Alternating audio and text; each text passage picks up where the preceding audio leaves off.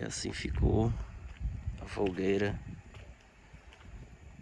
pós-noite de São João. Olha aí. Queimou praticamente toda.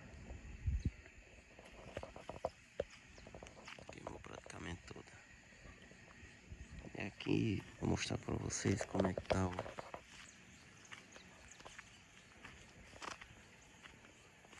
o nosso panorama aqui de pós-estação chuvosa. Já tá bem seco, como a gente pode ver.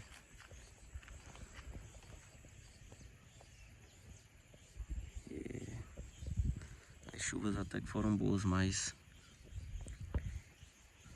foi encerrado o inverno, que chamamos aqui, muito cedo. Muito cedo. Temos aí praticamente 6 meses sem chuva agora. E a nossa preocupação vai estar agora no El Ninho. Que as notícias não são boas. Eu sugiro realmente que todo mundo fique de olho. Porque se for realmente um El Ninho forte, é bem complicado pra gente. Olha só ali aquele pastinho ali, andropólogo, como é que está. Já meio seco.